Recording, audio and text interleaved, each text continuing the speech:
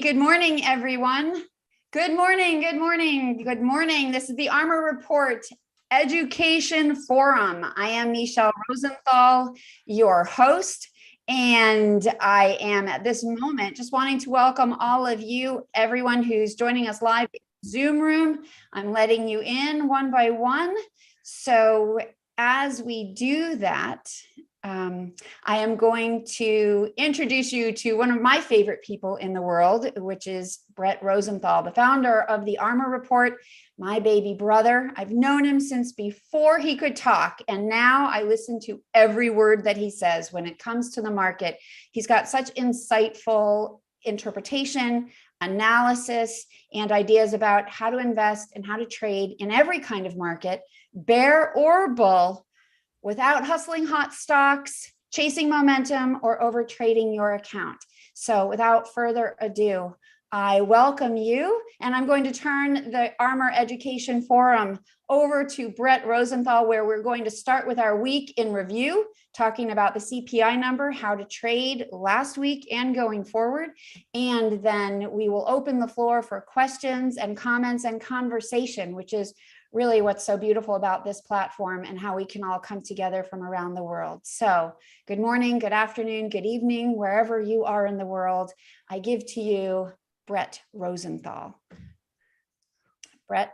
Wow. Sharing your screen and wow. Wow. Am I not sharing the screen now? What a wonderful introduction. Michelle, I'm humbled. Because I'll tell you what I could be doing right now is goat yoga with the kids. That's what my wife is right now. Right?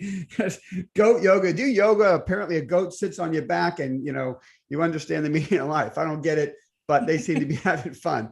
I'll tell you what, the market that we're dealing with today it makes me feel like I'd try goat yoga or anything else to figure out what's going on in the market. So maybe I'm going to make an appointment. Michelle, thank you for the introduction. Let's drill down into it. So what we're going to do today is we're going to talk about what happened last week. We'll do our normal week in review right now, and then dive into some Q&A as soon as we can get there. So first thing we're going to talk about, and I always like to share this screen to get kind of rooted. I'm an ex-goalie, right? I'm a hockey goaltender, right? So I like to bang my post. So what we're going to do is share the screen real quick just to get your mind right for what we're dealing with. And then the object is to discuss what happened last week with the wild volatility. What does it mean for next week? And how has it changed ARMR algorithms, if at all? Okay, so that's one topic I want to get into. And let's start there, and then I'll move on. So the screen I'm sharing now, Michelle, you see just the screen, not me. Is that correct? I see the screen and you, and well, right now I have everyone in gallery view. So everyone, if you're not familiar with Zoom, you can put your screen in speaker mode, and then you'll just see Bret and the screen that he's sharing. And for those of you who are wondering, why does it look like I'm Bret Rosenthal? It's because I shared a link that was under his name for all of you who didn't register. So you can come in and you can change and customize your Zoom settings to alter that. So Bret, you're good to go. Great. So just to be clear, you're seeing the screen and you're seeing a little version of me somewhere on the screen as well. Exactly. If everyone has put you in speaker mode, side by side speaker mode. So for those of you who aren't familiar with Zoom, the upper right-hand corner, there's a little word that says view. If you click on that, it'll drop down a menu, click side by side speaker. And then for the entire ARMR Education Forum, you will be able to see Bret and every chart that he is showing. And that will be brilliant. What's on Brilliant. Okay. So what we're looking at right now is the chart of the S&P, and this is an anatomy of a bear market. You're looking at the anatomy of a bear market. So the ARMR Report, and you saw that picture we started with, which is really a virtual trading desk. That's what we're doing at the ARMR Report. We're running a virtual hedge fund trading desk, a virtual hedge fund, right? I ran hedge funds for a decade. My dad and I worked together, had lots of fun doing that, wrapped it up, and we were done managing private capital after that, and then decided to start the ARMR Report that's really morphed into a virtual hedge fund. I'm sharing with you guys all the tools I used to be successful in the hedge fund world. And the object really is to bring all of you in to be your own portfolio managers, right? So Michelle said earlier, this is not about what's the hot stock next week, how do we hop on momentum? This is about how to manage risk and capture upside when the window's open using algorithms, which are proprietary information, using proprietary fundamental information that we can all bring to the table, right? This is what I love about the virtual hedge fund. Every insider is a portfolio manager with their own thoughts and their own information flow, right? And when we share them together during the day, it really generates some interesting opportunities for all of us, big picture and for day trading ideas. So the ARMR report leads with the risk monitor. You hear me talk about it all the time. That's really just what I tried to do there is create a simple way to understand how algorithms work. So these are proprietary probability algorithms, right? They're not neural networks. I'm not running some MIT type of black box. This has to work. It's not like that. This is a probability algorithm. And what we do, if you said, what's the secret sauce? Why does it work? I would say it works because we use confluence. We're trying to identify the footprint of the elephants in the room, and that's institutions. When they put capital to work, they do it aggressively across the board. And so we follow 7 indexes that cover the whole market. The S&P, the NASDAQ, the Dow, small cap index. Those are the big 4. Value, momentum, and the IBD 50, which is our innovator index that we use. So we've covered really the whole market. And when we see shifts across all 7 of those at the same time, that's when there's, kind of a bigger macro change to what the market's doing. Okay. So you're looking at the screen over here, and what you see right here, I'll just highlight it and I'll zoom in real quick. Okay. This is literally the top of the market, and the risk monitor went red right at the top of the market. Okay. And the risk monitor went red. You could see it right there. Okay. Because at the time we were long the market and all of our stops got hit at once. Now, when that happens, we saw that also happen in 2020. Both times we've seen that happen. The market's gone lower. Now, in 2020, it was a crash because of a pandemic. And this year has been a slow, grinding nightmare of a bear market in a traditional bear market, an old school bear market, a bear market most of you have never seen or even thought about. And it's like the 1970s. It's a bear market with the Feds raising interest rates and reducing liquidity. Who can remember the last time we saw that? I mean, seriously, every time in the last 20 years, a Fed member has come out and tried to reduce liquidity and raise rates. They do it for about 6 weeks, panic, shift the other way, and start adding liquidity again. And markets recover and skyrocket. So what we're seeing now is a slow grind lower. We see these wild volatility days. So let's talk about that, because that's the wild volatility days that happen during the week can really cloud your mind about what's going on big picture. This is the big picture. I point, I don't know if you're looking at that or where. This is the big picture. This screen, it's over here for me. That chart's the big picture. We are in a defined downtrend. A lot would have to happen for that bear market downtrend to change. It's not going to change in one day. Thursday was a huge reversal day, right? And then everyone tries to break out party hats. Market's going to skyrocket. That's not the world we live in anymore. And you've got to understand that world is a world where the Fed's adding liquidity. And so you get these shocks that wreck the market for a couple of days, couple of weeks, and then there's a big reversal. Market rips higher because the Fed's adding liquidity, right? The Fed's doing the opposite now. So we're going to get into, in a minute, volatility and what we're seeing this year. And at the same time, why we're not seeing VIX skyrocket, okay? Because that's all part of this. But I want to make sure I don't spend too much time with these opening comments. I want to get to your questions, and kind of that's the point of this Saturday education video. So this live Brett, stream, pause right? right there for just a second, because that's a great time to remind you all, and I've just dropped into the chat that you can post your questions in the chat, or you can raise your hand and ask your questions live. We really want this to be interactive so that you have a chance to think through your thoughts and share them with Brett, and really create answers that are useful and valuable, and above all, actionable to you and for you and your portfolio. So as we move forward, just remember, you can drop things in the chat. I'm watching so that we'll make sure everything gets answered. And you can also raise your hand. If you do not know how to raise your hand, you should be able to do that in the navigation bar at the bottom of your screen. If you click more, you should be able to see an option to do that.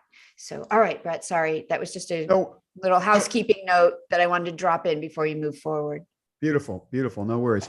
Let me try to, what I want to do with these meetings, and what I try to do with every live stream, and sometimes, I go off on tangents and fall down rabbit holes, but what I want to do is stay on topic about how to protect capital, how to capture upside. That's what all of these videos should be about, right? How do we make money? How do we protect it? What's going to happen next week? Let's start there, and then we can talk about everything else we want to talk about. Okay. So what happened last week? Risk monitor still red. Nothing changed about that.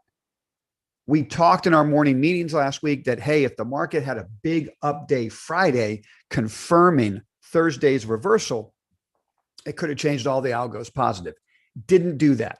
So we're still risk monitor red. We have avoided the majority of the market decline all year if you follow the risk monitor.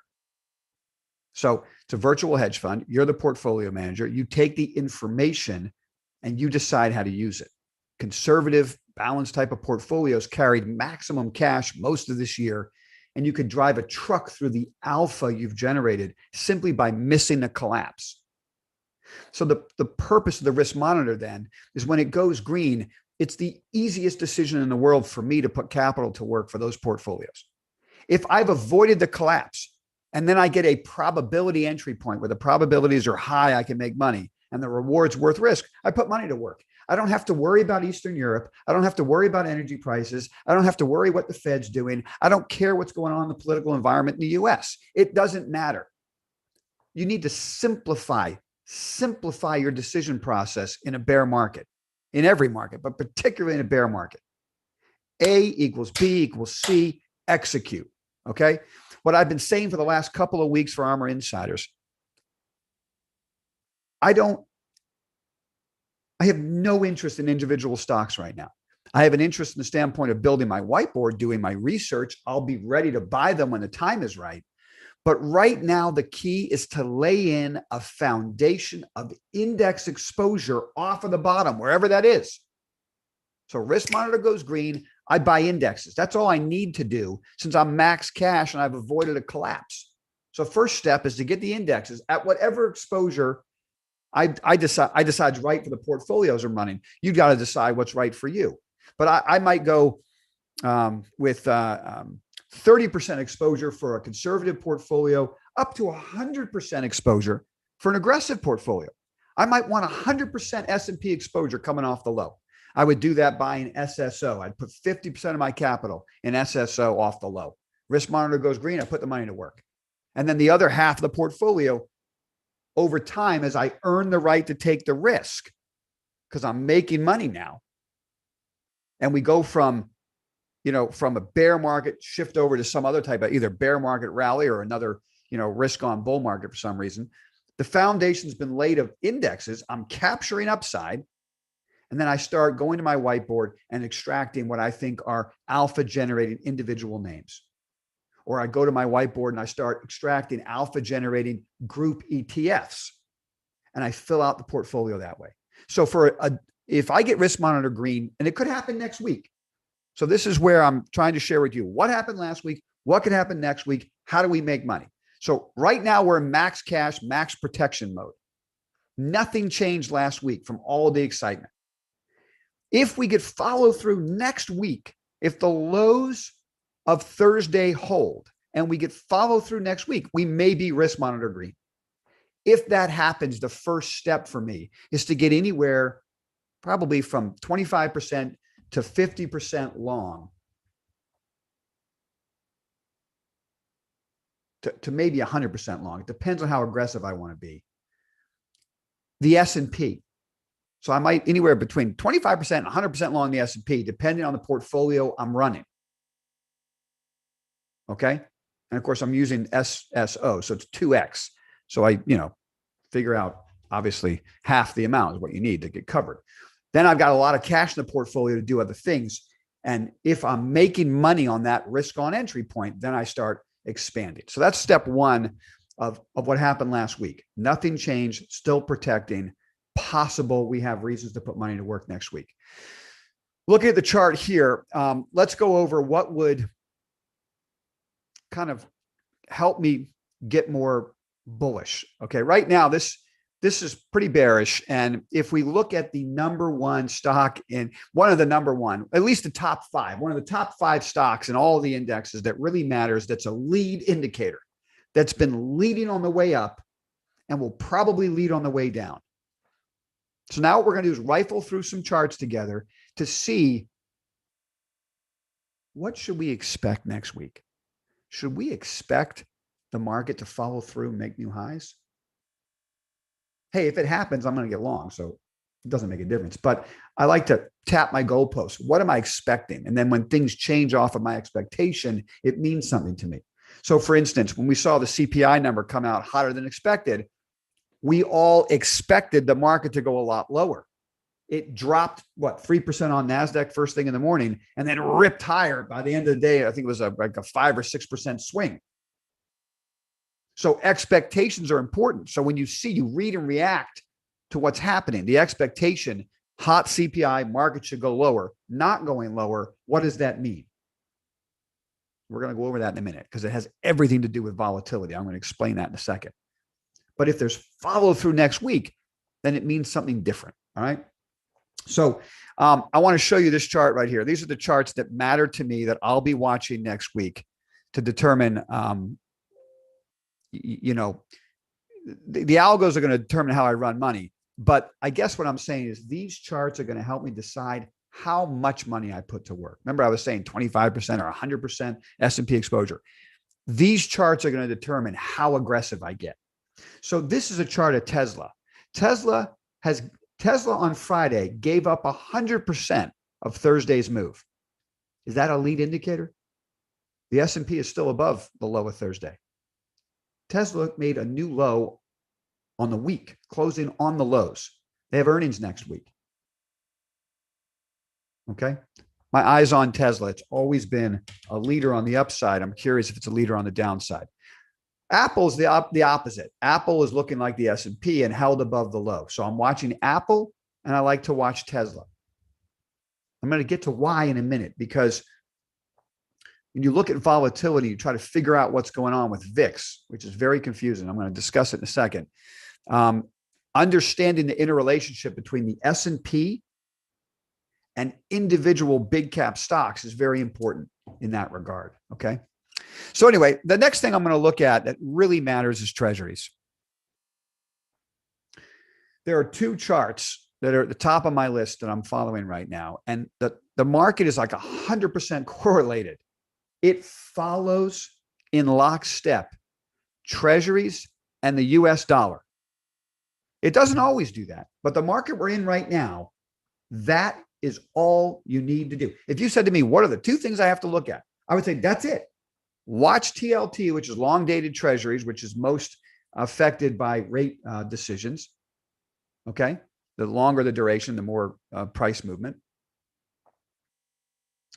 And the US dollar, which is having a rally. I don't know. Somebody can challenge me on this, but having a rally probably never before seen in history. I mean, it's an unreal run in the dollar this year that's breaking down a lot of correlations. And I think it's going to show in a very short order. I think we're going to start to see which emperors are not wearing clothes. I see some hedge funds this weekend. I just saw one of the major hedge funds is down 50% for the year. So that's a bust. I mean, they're going to go broke. They're going to close their doors. I mean, you have a 50% down year in a hedge fund and you're done. Okay. So that's just one example. There are many blowups coming, and it's a question of, it kind of feeds on itself until it crescendos. So I'm looking at first treasuries. Treasuries keep going lower. How can the market have it can't. The equity markets can't have a considerable bottom without treasuries putting in a bottom. And treasuries are not showing you any confirmation of that rally on Thursday. Look at treasuries. They're just locked in a downtrend.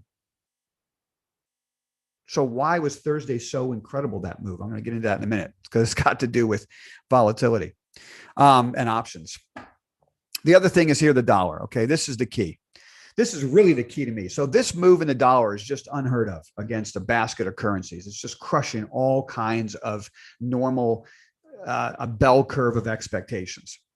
And you have to understand, risk departments use these bell curves, right? Hedge funds and institutions, they use these curves on interest rates and currencies and all these different things, and they figure out what kind of risk they can take with a reasonable amount of probability. Okay, this is way outside a reasonable amount of probability, what's going on in the dollar. And so you can believe there's blowups out there, and we haven't heard about them yet. Some we have, but there's others out there we haven't heard about yet. Okay, maybe they're in the private equity space, right? There's just major blowups if this continues. And so what you heard last week from different central bankers is that they're, quote, going to get together and address currency fluctuations.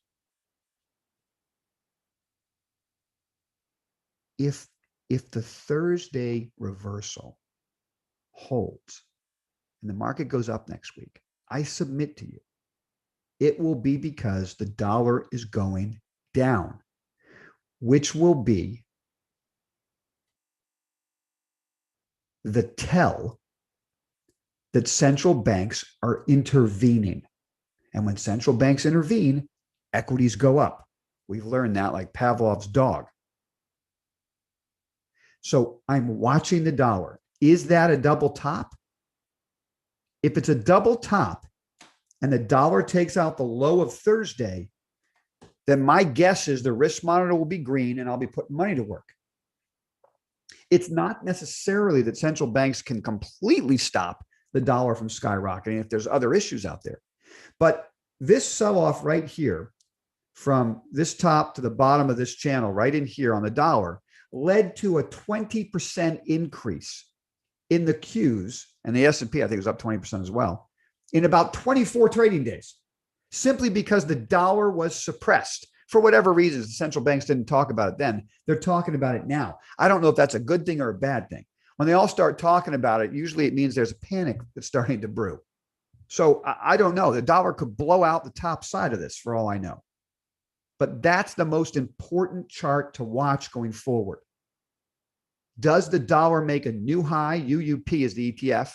If it does, market's in big trouble. But if that turns into a double top and it starts trending down, we have a window to make money in the equity market. I don't know if it's going to be the beginning of the next risk-on trade that lasts for months, or if it's just another 10 to 20% rally in a bear market. We'll have to figure that out next.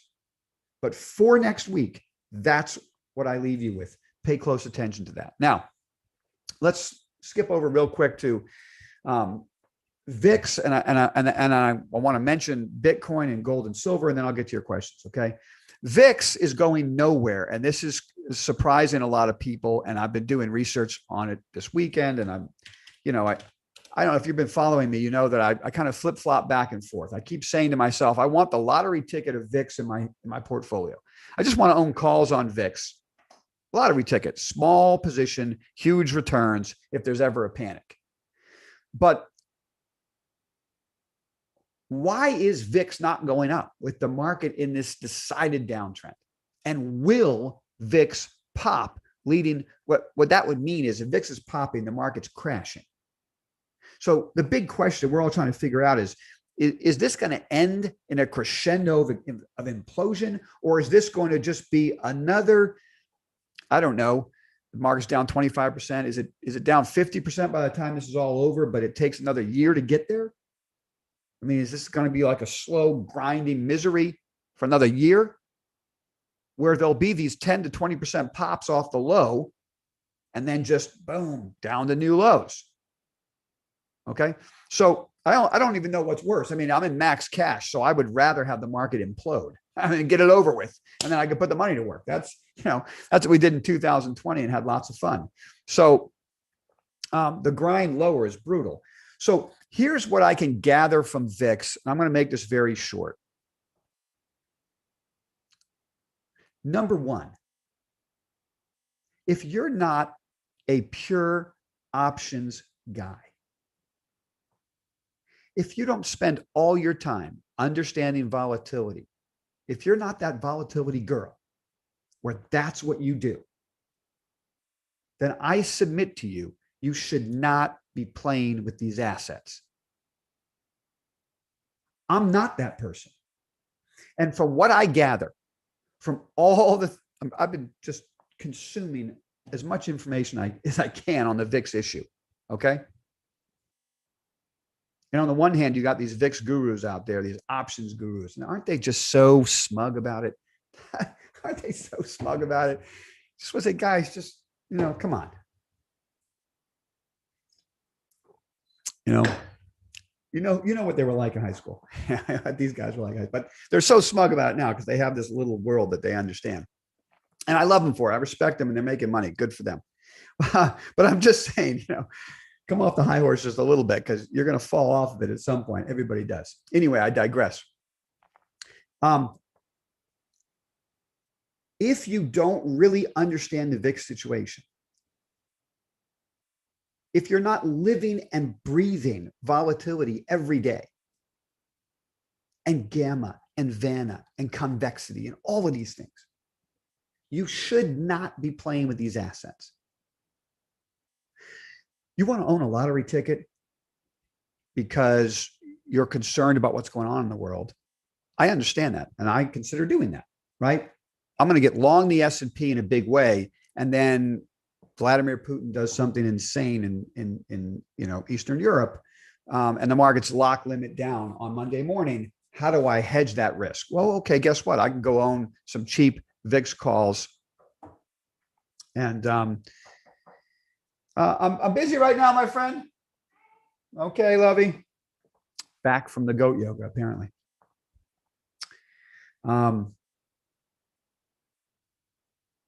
So I can understand owning a tiny amount of a VIX call to protect against some insanity that we don't know, but that's not really an investment strategy.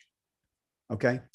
And the reason why VIX is not skyrocketing is really, in my opinion, twofold from all that I can gather. Number one, this is a well-telegraphed bear market. This is a Fed raising interest rates, reducing liquidity bear market that everybody sees. VIX skyrockets when things happen we don't see. Like, for instance, a pandemic that shuts down the world economy. VIX will skyrocket, right? Or some type of collapse in the credit default swap business that the rest of us don't see, and it skyrockets. But that's not what's going on this year. So VIX isn't going to go anywhere. And that's not going to change. If this is a slow grind for the next X amount of months, VIX is going to stay right in this level. So you need something that people aren't watching that would skyrocket VIX. I don't know what that is. I mean, we can sit here and make up stuff all day. I don't know what it's going to be. All right. So that's my first thought. If you want to hedge against the unknowing, I get it. If you're trying to use VIX for anything else and you're not living and breathing options in VIX, you shouldn't be there. It's a waste of your time and a waste of your money. Okay. Example, if you wanted to make money on the CPI print and you went long VIX in front of it, market gapped down 3% on NASDAQ. VIX was up 1%, 1.5%. It would have been better to be short the NASDAQ and pick up 3%. VIX is not for that. It's not for CPI numbers or non-farm payroll numbers. It's not for anything that we see. Okay, here's the other reason why that VIX is, from what I can gather, not really moving. This was the most important piece of information I gathered from all the work I've been doing. I found it very interesting. There were a lot of people in the VIX world, in the volatility world, a lot of hedge funds, a lot of institutions that put on a lot of dumb trades leading up to the pandemic 2020, and they got crushed. It was like a wildfire, okay, that took out an entire forest. And now there's just ash on the ground. That was 2020. People blew up. The next couple of years, the Fed was adding liquidity and people didn't come back and put on a bunch of these trades. It takes a while for the new grass to start growing through the ash, right? So 2020 wiped out most of the people that were caught in that year. And they haven't set up those trades right now. That was very interesting to me. They just haven't set up the trade. There's not the enormity of the trade that would get trapped in a bear market and that would lead to a spike in VIX. Do you understand what I'm saying? It was like a lawnmower. It just cut them all down, and they haven't had time to build up asinine positions again that blow up in a year like this. So that's kind of what's going on too. It's a different playing field. Leading up to 2020, there'd been a lot of time there to put on stupid trades, and they got trapped, and you get bang, huge move in VIX. Not a lot of time to set up those trades. They've all been burned. And so the only way to get paid on VIX, I think, is something that we don't know that's coming. So anyway, those are my thoughts on VIX. Bitcoin is interesting. ARMR Insider put into the room that Bitcoin was the best performing asset in the world in the last 3 months. It was up 3% or something. And then I just, added my own thoughts to the Slack room, and we're just sharing ideas in the virtual trading desk here. That Bitcoin's down 69.4% in the last 12 months, the rolling 12 months, down 69.4%. The ARK Innovator Fund's down 70%.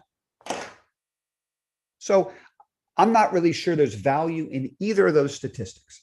Bitcoin being down, basically, Bitcoin acts exactly like the ARK fund. But in the last 3 months, there's been a divergence. And I think that's what the ARMR Insider was trying to share with us in the room. So I recognize that divergence, right? ARK has dropped another 14.5% and in the last 3 months. And Bitcoin is going sideways, up a little bit, up 3%. I call that going sideways because even if it was down 3%, it would be performing pretty well in this market. So Bitcoin, gold, and silver. I keep looking at these assets and I ask myself, in a bear market, does money hide somewhere? Where is it hiding? Well, right now, Bitcoin, money's hiding here, right? People are just piling into U.S. Treasury bills. I mean, I can't believe I spent this amount of time on our desk this week talking with ARMR insiders about how to position Treasury bills. But we manage different portfolios. We share our growth portfolio, our ETF portfolio, our index only portfolio, and our dividend portfolio. So there's 4 ARMR portfolios that we share at the ARMR Report on our spreadsheet. The dividend portfolio went to 100% cash over a month ago. And I've been just sitting there, money market funds collecting 2.5%, thinking, what am I going to do now? Right? Because I had a portfolio of better than 5% yield. Good thing I sold it because they just imploded. I mean, have you seen what utilities have done in the last month? It's just that's an insane move in utilities, just complete collapse. But this makes sense. The Fed's raising rates. So what we've been doing on our desk is literally buying 1-month Treasury bills at over 3%. You could buy a Treasury note at 4.5%. That's 12 months out. So my entire dividend portfolio, quite frankly, is just focused on U.S. Treasuries. I'm not the only guy doing that. That's a classic bear market because Fed's raising rates and it's sucking capital out of names like utilities Because who would buy a utility stock at a 3% yield when there's risk to principal?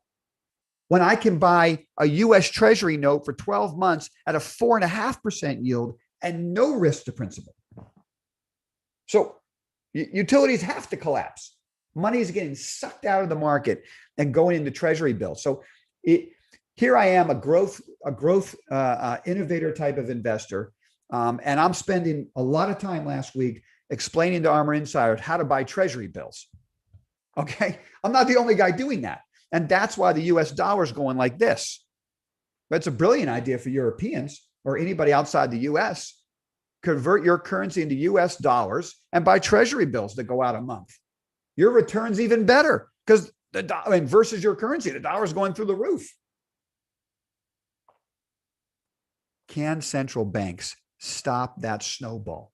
I don't know. We're going to have to watch it next week. But do I want to buy Bitcoin? I'm just going to look at BITO. It's trying to put a bottom in here. Do I want to buy Sprott physical gold? You know, it's trying to put a bottom in here. That doesn't look very good.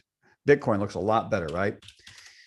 Silver trying to put a bottom in here and failed. So when this broke out last week, and I said to you, or 2 weeks ago, I said, I can't chase these things. You never buy gold and silver when they're rallying. You have to buy them on weakness. Do I want to buy them in here? I will want to buy gold, silver, and Bitcoin. I think all three should be owned. I think the debate about which one's better than the other is a complete waste of time at this stage. Want to own hard assets. I want to own all three. I could probably take whatever dollars I want to own in these assets, divide them by three, third, and be done with it. The debate on who's better is a complete waste of time. These are different stores of value. We don't know what'll be better until the end of this whole thing. Maybe I own all three. But in order for me to do that, the dollar has to be breaking down. It can't be taking out the highs of the year. So those are my thoughts for the day, Michelle. Let's get to Q&A. Excellent. Excellent. YouTube, I just want to make sure that you know I've been with you the whole time. So I am in the chat. We've got a bunch of questions coming from YouTube, and I want to kick it off with everyone who is in the Zoom room with us. If you would like to ask your question live, this is just a reminder to go ahead and put your cursor on, your cursor on the bottom of your screen, pop up your navigation panel. And then I think if you click on participants, you should be able to raise your hand if you would like to ask a question live. So I am going to start, actually, I'm going to start by highlighting one of our YouTube friends, Bret, that you and I both have great affection for, that is with us all the time. Tech Monkey is here today. So first, I just want to give a shout out to Tech Monkey. And she put two things into the chat. The first was, and I'm just sharing this with you, Bret, because we all know what a fan of the cannabis couch Tech Monkey is. She said, I was hopeful for MSOS for about a minute. So if you have thoughts on that you want to address, I'm throwing that out there. And her direct question is, she wants to know your thoughts on keeping, selling, or waiting to add to AT&T and Verizon. So let's start there. Oh, okay, great. So Deb, nice to see you. Glad you could join. And any of your friends that are part of your investing circle that are all here today, that would be great. Nice to see all of you. All right, let's get to MSOS. I'm going to share my screen again real quick. I don't talk about MSOS in my prepared remarks because I always know Deb's going to be there to say, let's get on the cannabis couch. So I wait for that question. Okay, Deb, look, here's the thing. Okay. Clearly for me, the low of the big up day is the stop on any new investments. Okay. So there's the big up day. What's the low? If it takes out the low, I have to exit positions. Okay. So that's first of all. Now let's talk together. I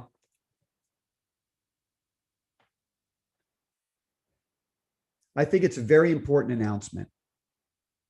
First of all, with the caveat that we have to trust politicians are going to do something right And we know we've been working on this together for, I don't know how many, 6 years or something, and politicians never do it right. So we all understand the caveat that politicians usually make a mess of everything. And so that may continue. Putting that aside, let's pretend that the president asks the AG and the Department of Health and Human Resources or something, Health and Human Services, I think, to figure out how to reclassify or declassify a marijuana.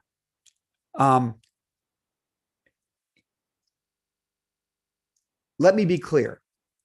If they come back with anything other than we've decided not to change it, it needs to be Schedule S1, which I think is not going to happen. Okay.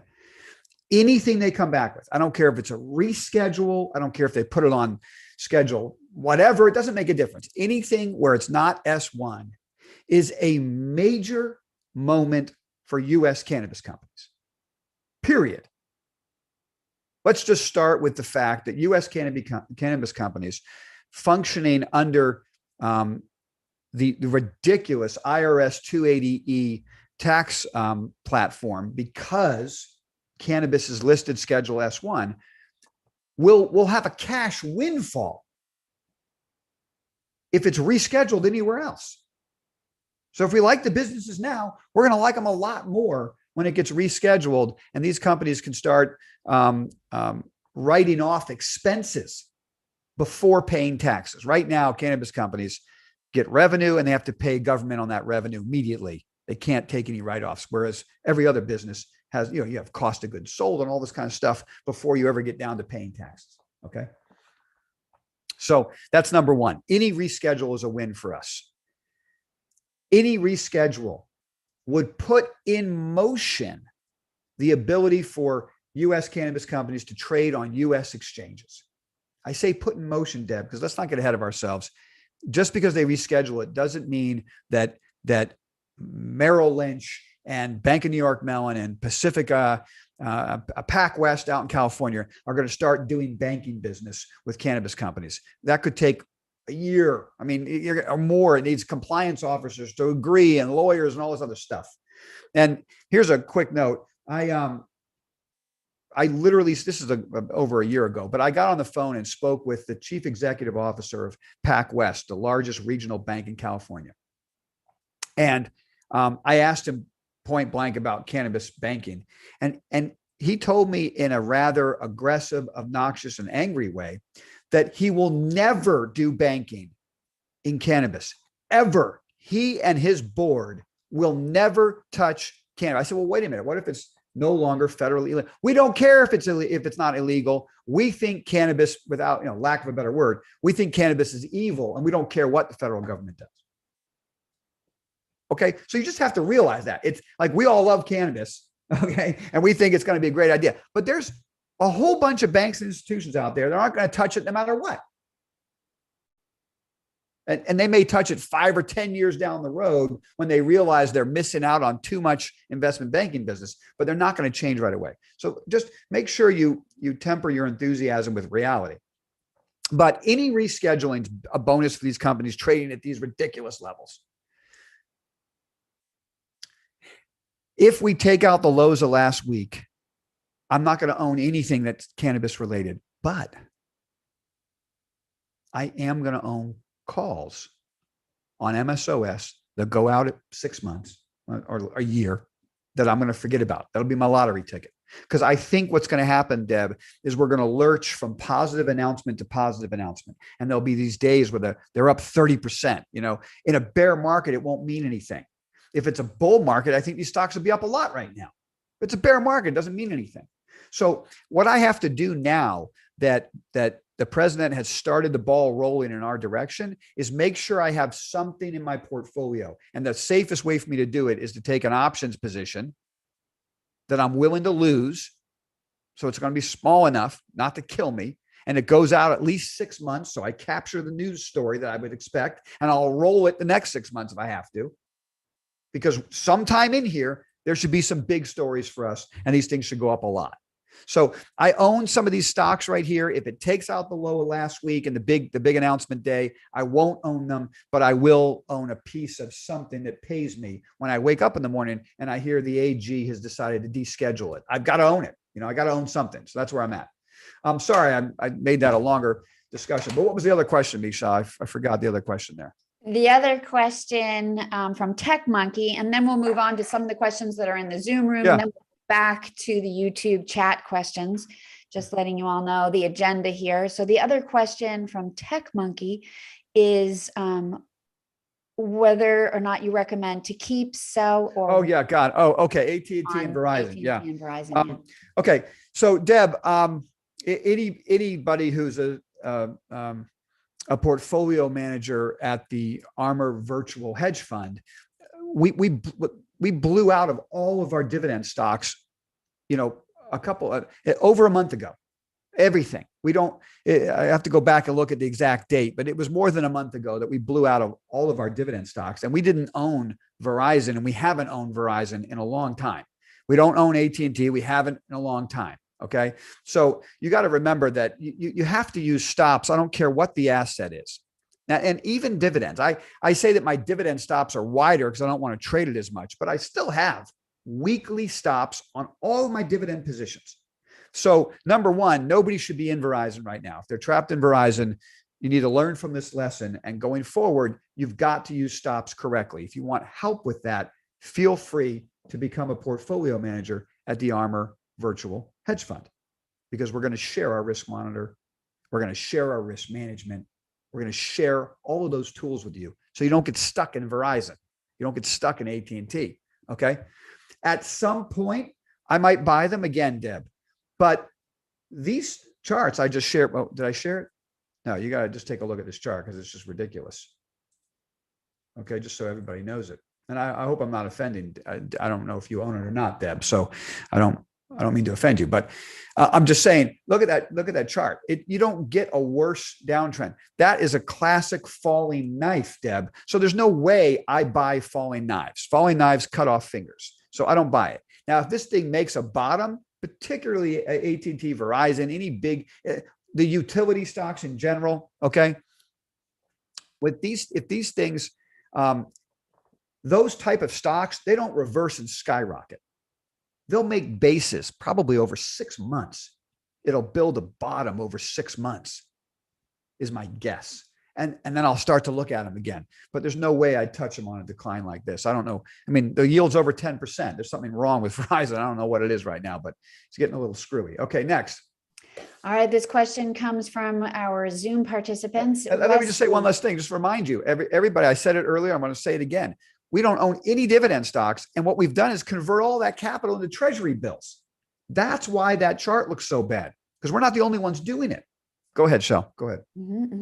Wesley wants to know, what are you looking for when buying a sector? For example, precious metals. What am I looking for when buying a sector? Like, what gets me to buy a sector? That's a great question.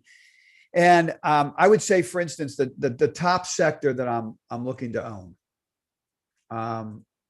If I was to start buying, let's say we all agree that the first thing to do is build a foundation of the indexes. So I get risk monitor green, I buy the index, and I start making some money, and I want to build out my portfolio. Without a doubt, the top of my list has to be energy stocks. Okay. So what I look for, why is it without a doubt? Because what I'm looking for is I want to buy the groups that are relatively outperforming the market. Okay. So stocks and groups, sectors that are above the 200-day moving average, above the 50-day moving average, still in uptrends, don't have charts that are just collapsing. That's where the strength is in the market. Okay. So I'm not even talking about fundamentals now about energy, which I'm happy to discuss. So I think that in a nutshell, so we can get to more questions, I think that the fundamentals in energy are an absolute no-brainer. Now, I might have to buy them cheaper. Market collapses, and I think energy keeps coming down. But if I get risk monitor green and the market starts going up, I think energy leads it. Okay. Traditional hydrocarbons. You can't have the ESG movement without traditional hydrocarbons in a surplus. You can't have it. And we're in that moment where the idiocy of the last decade of decisions has caused a vacuum in the traditional hydrocarbon space, exacerbated by what's going on in Russia. This is leading to a change in CapEx spending from all the big E&P guys. That doesn't stop overnight. That gets started. You see investment in that space, and then stocks like Schlumberger, which is one of the largest service companies, you see those stocks making higher lows, trading above moving averages, and all that type of thing. So to get back to your question, I'm just sharing with you one example, but to get back to your question, what I look for if I start buying sectors and groups is the sectors and groups that have relative outperformance. There you go. Next up, Shel. Okay, I'm busy moderating in the live chat. So many good questions coming in. Okay, well, what you just said about energy sector leads directly into a question from Eras in our Zoom room. And the question is, do you think one should hold on to UNG, USO, SRUUF, any of those, for the energy problems the world is facing? When and if markets fall, can a commodity go the other way? God, what a great question, Eris. And it's one I'm spending a lot of time obviously thinking about, and you've been sharing some quality information and ideas with our virtual hedge fund. So I appreciate that. For those of you who don't know Eris, he's a certified ARMR analyst. So he's always offering a lot of great ideas on our virtual trading desk. So UNG, this is what we're looking at. We're looking at an uptrend in UNG. And it's now or never for UNG, right? It's got to hold these lows. If it breaks down from here, I'm going to be confused, Eris. If it holds here and is able to hold that double bottom and start to go higher, that would make sense to us. And I might be out there with you buying UNG. But right now I'm watching and waiting. I'm watching and waiting, right? And this is, USO. Okay, the USO tried to break out, pull back, but if it makes higher lows and holds the uptrend, that can be bullish.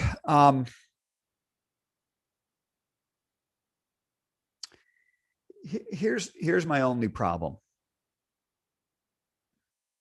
This is my problem. Okay. The dollar is my problem. So I think if the dollar starts to go south, I think we could see energy prices rally, commodity prices rally, quite frankly. So I don't know the answer to that question. I am in the camp, in my experience through all kinds of bear markets, the bear eats everything. So there'll be a time to own energy, but it may be at even more depressed prices when we get closer to the bottom of the sell-off, because the bear just eats everything. People, what happens in a portfolio is it's like a ship that's sinking, and like everybody's running to the highest part of the ship as it's sinking, and the highest part of the ship is energy because it makes the most sense right now, and they're trying to hold up.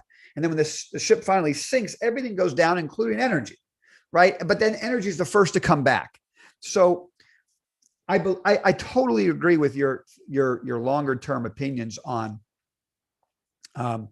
energy. As everything your thoughts, I think, are spot on. But I've never lived through a market where the market's imploding and like a commodities skyrocket. I just never seen it. I mean, I'm sure it happens. I mean, I guess it happened in the 70s at some point, but we're living in a different world that's so ridiculously correlated. It's like everything's 100% correlated. So I guess I just don't know. The jury's still out for me on whether or not the market can keep going up. Let's say the market drops another 25% in the next 12 months. where's energy going? That's a question areas I just don't have an answer to. And so I default to probabilities. What's the probability? I'm trying to get on the right side of probabilities or rewards worth risk. And from a probability point of view, bears eat everything. And so I expect it all to go down. Can you point to different times in the last 50 years where the market's gone down and energy's gone up? You can, but from a statistical point of view, I would say probably that's the wrong side of probabilities. So those are my incomplete thoughts on energy. Your opinion on energy, which I agree with, is a big picture macro theme that's going to take years to play out. So it'll be the first place I go when the risk monitor goes green and I want to build out my portfolio, because it's a phenomenal macro fundamental idea. We've got to create more hydrocarbons, no matter what people think. It has to happen. So that's at the top of my mind. And whenever the risk monitor goes green, boom, I'll go look at the algorithm that we're using for energy and say, hey, is this giving us the same signal? If it is, boom, I'll pop into it. That's how I'm going to play it. Next question, Shel. Oh, and SRUUF. I like uranium as well. And here, I'll just share this screen real quick, and then we'll go on. So this is a Sprott uranium. Now, don't forget, this is a very thin asset, and so pricing can be kind of crazy in uranium. And I think that while that chart pattern looks good, is very constructive. Of course, I think some of it has to do with the selling going on in CCJ. They made that Westinghouse announcement, so money's coming out of there, funneling into pure uranium play. My favorite way to do it, is going to be here. I think that Sprott Uranium, Trust ETF is going to be my favorite way to play it. So it's liquid enough. It's got some SRUUF in there. And I'm kind of waiting to see if that double bottom holds and it can break out. Maybe I have an interest. But it's all going to stem from the risk monitor and whether or not it goes green next week. Go ahead, Shel. Okay. All right. These are great questions. We're going to pop over to the YouTube live chat for a little while now and answer questions from Mark and Futura, and Michael had an interesting comment about MSOS, so maybe we'll land back there in a minute. Let's start with Mark, who asks, where does oil go from here? The Saudis just cut production and the strategic reserve is being depleted. I say it goes higher despite the government trying to slow demand. What is your outlook? Okay. So the first thing I say, and I said this on the desk as it was happening, the day the Saudis or any OPEC, announcement comes out that they're cutting production is a day to sell oil. You sell it on that news. You don't buy it. Okay. I know that sounds crazy, but when OPEC says they're cutting production and it pops up that day, it's a sale. If OPEC says they're increasing production and it's down that day, oh, it's a gift. That's when you buy energy. Because the big picture here is OPEC is cutting theoretically because they see a major economic downturn that would suggest there'll be less of a need for energy. Don't argue with it right now. I'm not saying that's true. I'm just saying that's how it trades. And the same thing is true on the other side. When they increase production, it's because demand is outstripping supply, prices are going up. So it's like the exact opposite. Okay. So that's my first thought. It's the exact opposite of what OPEC is doing. My second thought is don't fall victim to the belief that the US has to fill the SPR. That is not a mandate. If you read the bylaws, which I haven't done, but I've done a lot of research from people who have read the bylaws, and I've read that. Okay. And it's a fact. If the US is a net energy exporter, which we are, we don't have to fill the SPR.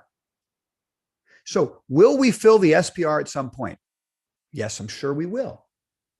But will we fill the SPR in order to drive energy prices higher? I don't think so. I don't think so. that could put a floor in energy prices, but does it drive energy prices higher? I don't think so. So those issues don't really mean anything to me when it comes to investing in energy. The reason I'm going to invest in energy is there's a big picture situation here. It's been 10 years of under exploration and production, right? And so big picture, whenever the Fed's done quantitative tightening and the economy contracts or whatever, the fundamentals are right over the next 5 or 10 years for this to be a great place to put money. But based on what OPEC does and the SPR, those aren't reasons for me to put money in energy, I guess, is the bottom line to that question. Okay, let's move on then to Mark's second question, which is, do we sell physical gold here and use the proceeds to buy a 1-year treasury? Gold is dropping like everything, not acting like an inflation hedge at all.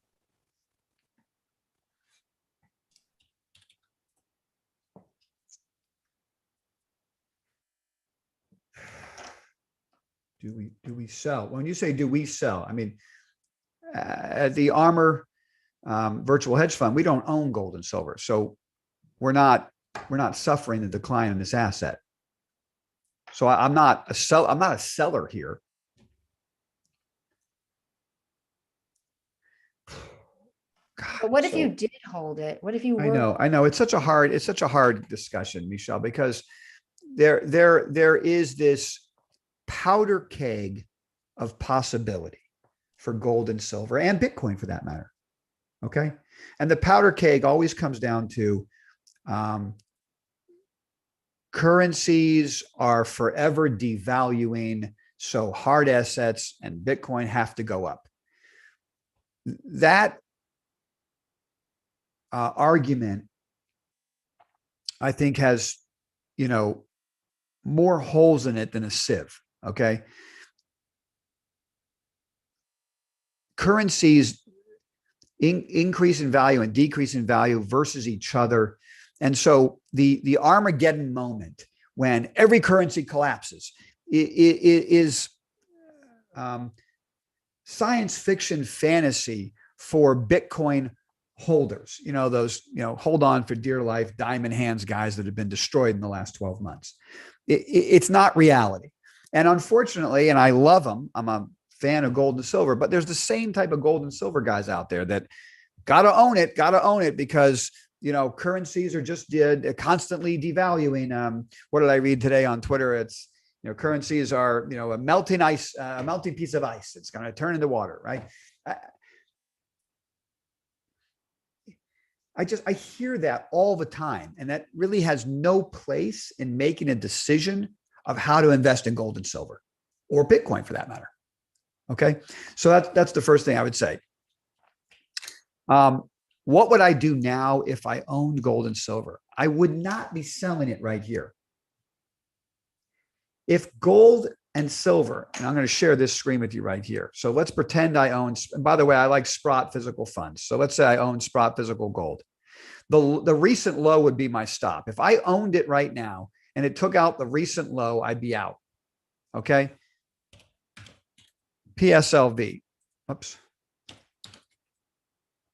Okay. If PSLV takes out these lows, silver takes out these lows against all reasonable assumptions, right? I know all about the silver squeeze. I know all about the silver,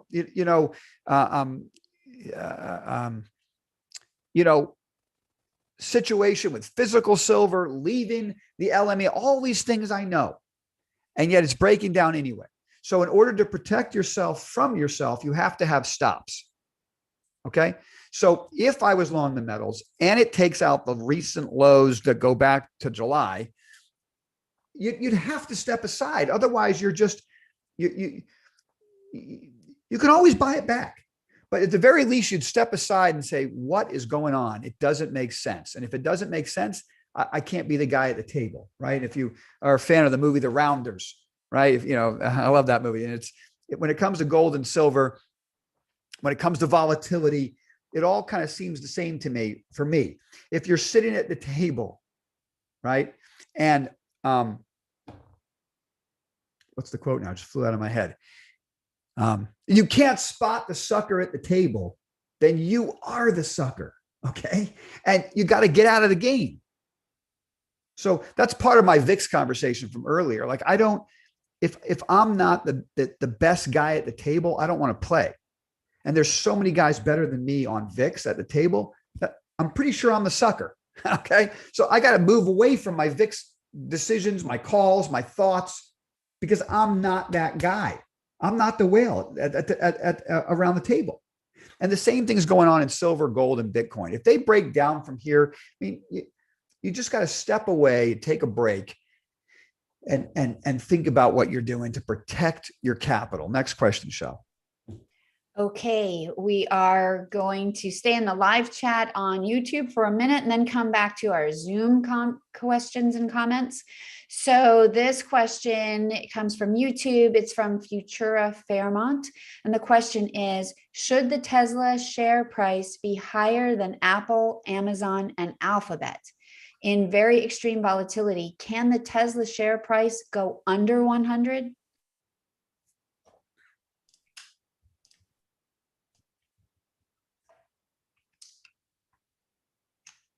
Well, we're gonna find out next week with earnings what happens to Tesla.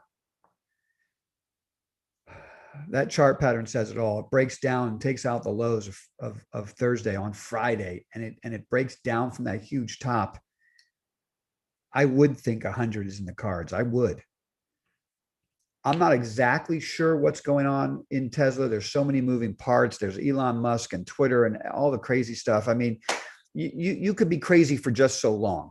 And at some point that persona gets old. Like, as long as your stock keeps going up, you can be as crazy as you want, and you can smoke weed on a show, and you can thumb your nose at the SEC, and you can do all these ridiculous things that Musk does. And by the way, I like Musk. I like a lot of, I mean, I think he's a fun guy. I follow him on Twitter. I think he's got a lot of interesting things to say, but big picture it. You can only be that arrogant when the asset is going higher. When it starts to go the other way, it kind of snowballs on you. So I'm very concerned with Tesla. I think that we were just talking about it before the show started in our Slack room, and Erez was adding some ideas on lithium, right? I mean, I really like the idea of lithium, and those stocks are all coming down. LTHM and Albemarle, ALB, and SQM, these are all coming down. So, I felt like I missed them, but you don't miss anything in a bear market. You have patience that comes right down to you again.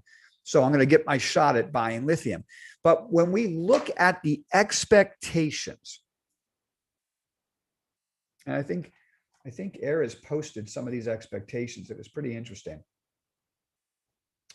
Bank of America, 20% growth in lithium between 2021 and 2030, from 700,000 tons to 2.7 million tons by 2030.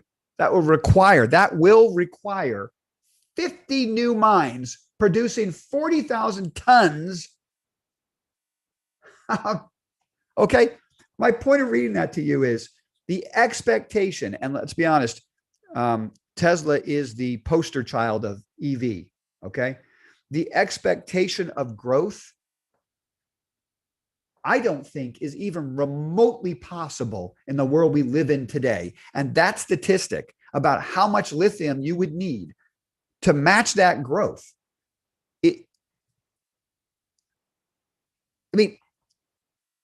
you read that statistic, who would own Tesla here? Who would own any EV stock here? It's like not possible until you determine how to deal with that bottleneck of lithium. I mean, you could double the price of lithium. It's not going to help get it out of the ground any faster. You got to build the mine. You got to mine it. I mean, this takes time to build, 50 new mines, permitting, all the things that have to happen. So my question for you guys is, are the expectations of EV growth completely out of whack with the reality of the materials that have to go into the EV? That's just a big picture macro question about Tesla. In the short term, if Tesla breaks down from that major top, I'm concerned for the market in general. That might actually bottom the market. That would be great. I mean, if Tesla imploded next week on earnings, whatever they end up saying, that people do or don't believe. I mean, this is the top we're looking at on Tesla. Okay. So if this breaks down next week, and I mean, it's looking ugly. So God forbid there's an earnings announcement that disappoints the street. Where does this open? And you leave this massive top in a one of the top 5 NASDAQ 100, S&P 500 names. It's going to be very hard to see the market going up. So anyway, next question, Shell. Okay, I will give you the next question after I give you this comment that Andrew dropped into the Zoom chat, underscoring what you're just saying, because he just writes very simply, electric vehicles are not ready. Yeah. I think that just goes along so well with what you were saying. So let me, all right. I was and there's so many engaged. coming out, Michelle. There's so many coming out. Ford, G, everyone's bringing out an EV. They can't possibly come up with the lithium to service it all. So it's going to have to create sales numbers that go down. They just can't do it unless they come up with a different energy source. Anyway, go ahead, Shell. Don't get me off on a tangent anymore. Let's get okay. All right. Back to the Zoom chat. Wesley has a question. When it's time, do you buy a small cap index, or when it's time, do you prefer individual stocks? This goes back to what you were saying earlier about laying a base and a foundation. Great question. And in a bear market like this, Wesley, step 1, risk monitor turns green. We start building a foundation of index investing. And at that time, I'm probably going to focus on the S&P, but our index only portfolio will buy the S&P, the NASDAQ, the Dow, the small cap, momentum, value, and IBD 50. We'll spread it across the board. Once we start making money on our index position, would I buy a small cap ETF or stocks? I would rather buy individual stocks, because I believe that the research that we do at the ARMR Report, along with ARMR insiders, can uncover what I like to call ARMR power plays. And I think those stocks will have dramatically higher alpha than buying a small cap fund. And you got to be careful when you buy a small cap fund. What's in there? Go make sure you go look at it. Sometimes 25-30% of it is small cap banks.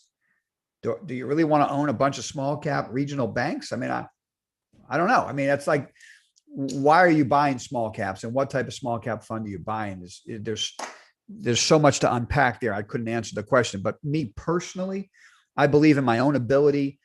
After doing this for a long time, I believe in my own ability to uncover huge growth successes, innovative successes.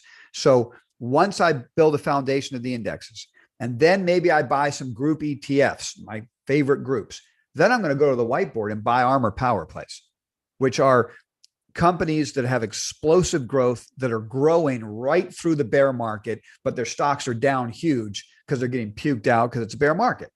That's where I'm going to go. Nicely said. Okay, let's go back to our YouTube live chat for this question from Alexander. He writes, Bret, why is TLT performing so bad? What a great question. But I could argue that it's not performing bad enough, because we have an inverted yield curve, right? So a 1-year treasury note is yielding 4.5%, and the 10-year is yielding 4%.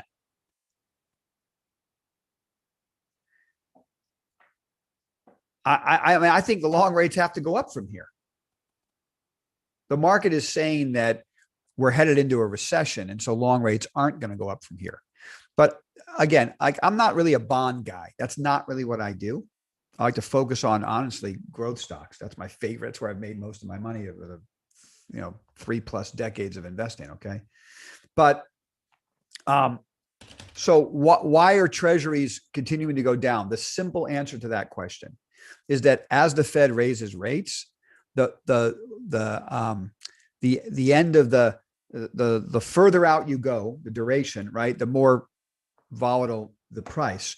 So price has to keep pressing lower as the Fed keeps raising rates. I mean, that's what's going on, until the point where the Fed takes a pause or it says that they are done raising rates or whatever, and then you probably see a pretty aggressive snapback in treasuries. I think a snapback that I might even get on because it could be huge. I think there could be a big move higher in TLT specifically coming off this bottom, because I think when the Fed finally says we're done raising rates, it will be because they've realized that they've made a huge policy error and we're plummeting into a recession. And when they admit that, people will be afraid to buy stocks, okay, because things are just going to be imploding. But they'll pile into U.S. long treasuries because that thing should go through the roof as the expectation of the Fed lowering rates starts to get priced in. So I'm waiting for treasuries to set up a base I can buy. They just keep going down. This downtrend looks disgusting. But at some point, TLT is going to set up a base, and I'm going to probably take a pretty big position in TLT at that point, because I think that will turn first, perhaps even as the equity market's plummeting. I think there'll be this moment in time where equities are bottoming out and treasuries start to go up. We'll see. Algorithms will help us with that, right? I've got algos set up to trade treasuries. So when I see TLT give me a risk on entry point, I'll be buying treasuries. Perfect. Okay. All right. So continuing on with our YouTube live chat questions. Let's see, there are some follow-ups and okay. There's some follow-ups, and then I'm holding one comment that I just think it'll be fun to end on because I know it's a topic close to everybody's heart. Okay, so let's go to Tech Monkey, who says ABML in Nevada is touting how they plan on recycling EV batteries. Have you heard anything about these type of recycling companies? That's an interesting idea.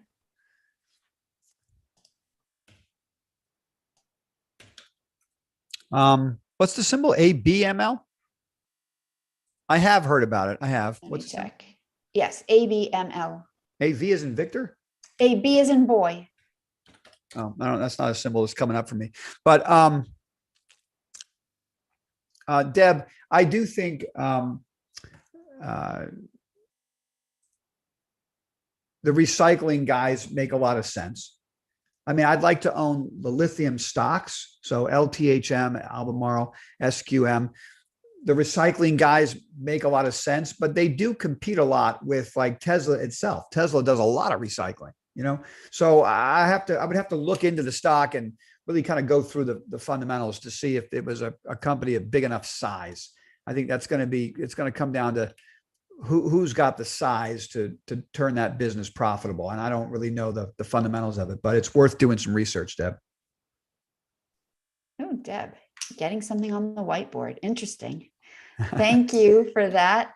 And let's see, Futura asks, if the FANG stocks drop to extreme lows, would you sell puts for premium or go long and sell covered calls?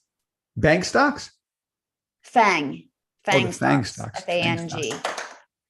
So would I sell puts or buy the stock and sell calls? If the FANG stocks drop to extreme lows, would you sell puts for premium or go long and sell covered calls? I would rather sell puts for premium. I would rather sell puts because I'm not a big fan of covered calls. I'm a fan of covered calls if I'm buying a dividend stock and the stock rallies and I can sell a covered call and increase my yield, then I do it.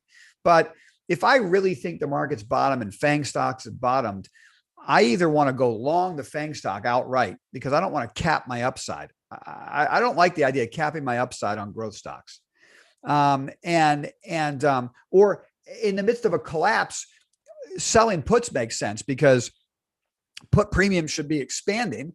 So you get paid on that. And I don't mind getting put the stock, right? Because I'll be long the stock. And I think that's right. So I would rather sell puts. I don't do either, by the way. Okay. I don't do either. And we're all just built differently. If I think Look, the way I run money is really very simple. And I try to share it with you guys, the ARMR Report. It's the whole point of why I started the ARMR Report, to get rid of the noise and get rid of the difficulties of all of these moving parts and just make it simple. If the risk monitor goes green, I put money to work. At that moment, can you sell puts? Yeah, I bet that would be a great time to sell puts. But I'd rather just own the stock. I mean, that's just how I am. I'd rather own the stock. So if that's the right entry point and the whole thing starts to rip higher, I want to get as much upside as possible. I like to say I'm an elephant hunter. If I sell the puts and then the asset rips higher, I get to hold on to that cash. That's great. But what do I do next? I'm not on the stock and the stock's skyrocketing. So I like to hunt for elephants. If I'm going to put money to work, I want to get the reward for the risk I'm taking. So if I thought it was right to sell a put, I'd rather just buy the stock. That's just how I am. But if you're forcing me to say, which would I do, then I would always rather sell a put in a situation like that than buy the stock and sell a call. Okay. And I just want to pause everything right now to thank all of you so much for spending your time with us on this Saturday, and wherever you are in the world, stopping what you were doing to come and create a conversation that's dynamic and educational and informative for all of us, because every question that you ask, and I know I speak for Bret when I say this, just makes him think. And he likes that. Yeah. So thank you. There is no such thing as a bad question. Every question is interesting to both of us. So as we start to wrap up for today, if you are new to the ARMR Report and you have not been with us before, please feel free to come back and join our email list at armrreport.com and to be a part of not only our virtual hedge fund, but the ARMR community, which is really at heart such a collaborative, creative group. So as we go into the last few moments of today's ARMR Education Forum, and if you're looking for more contact with Bret outside of here, you can find him on YouTube, on Twitter, on StockTwits, and of course at armrreport.com, where you can learn more about joining the virtual hedge fund and becoming one of the portfolio managers on the desk every day. So we're going to take this one last, it's not even a question, Bret, it's just a comment, but I'm kind of turning it into a question because I think it's interesting and it touches on something that we talked about earlier, but we didn't talk about it from this perspective, because Michael Sachs wrote on in the YouTube live chat, I like the 2025 leaps in MSOS. And I'm just wondering, would you speak to leaps and MSOS? Because we don't usually talk about that.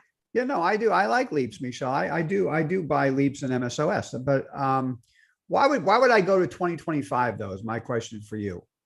Like, why do you want to go that? Why would you want to pay for the time, that much time? I just don't want to pay for the time. Like, I don't see the benefit of that. So they're there, you could do them, but to me, I just need to go out like 6 months at a time. You know, I think in the next 6 months, something's going to happen that's important. So I don't need to pay for the time that goes out to 2025. I just need the next 6 months. And if I'm wrong about that, then I can just roll it again. And I still think I'll end up being better off than paying for all that time, I guess. So it just depends on, you know, what you're trying to do with MSOS. Like, for instance, if I own them, they go out, the options out 6 months, and something really awesome happens within the next 6 months and the whole thing skyrockets, I'm going to exercise those calls and own MSOS. I'm going to own the asset, you know? So it just depends on what type of an investor you are, type of trader. There's nothing wrong with going out 2025. It's just not the way I run my own money. So I don't ever go out more than a year. 6 months normally. All right. Perfect. That's a wrap. For those of you on YouTube, if you enjoyed this and found this valuable, please go ahead and hit the like button. And for all of you on Zoom and on YouTube, wherever you are in the ARMR world, Bret and I thank you and wish you a great rest of the weekend. Bret, do you have any closing thoughts before we end this edition of the ARMR Education Forum? Protect capital first. We'll always find a way to make up alpha and capture upside when the window opens. But stay focused and protect your assets. That's what I would say. That's the market we're in. That's a wrap. Have a great weekend, everyone. Take care.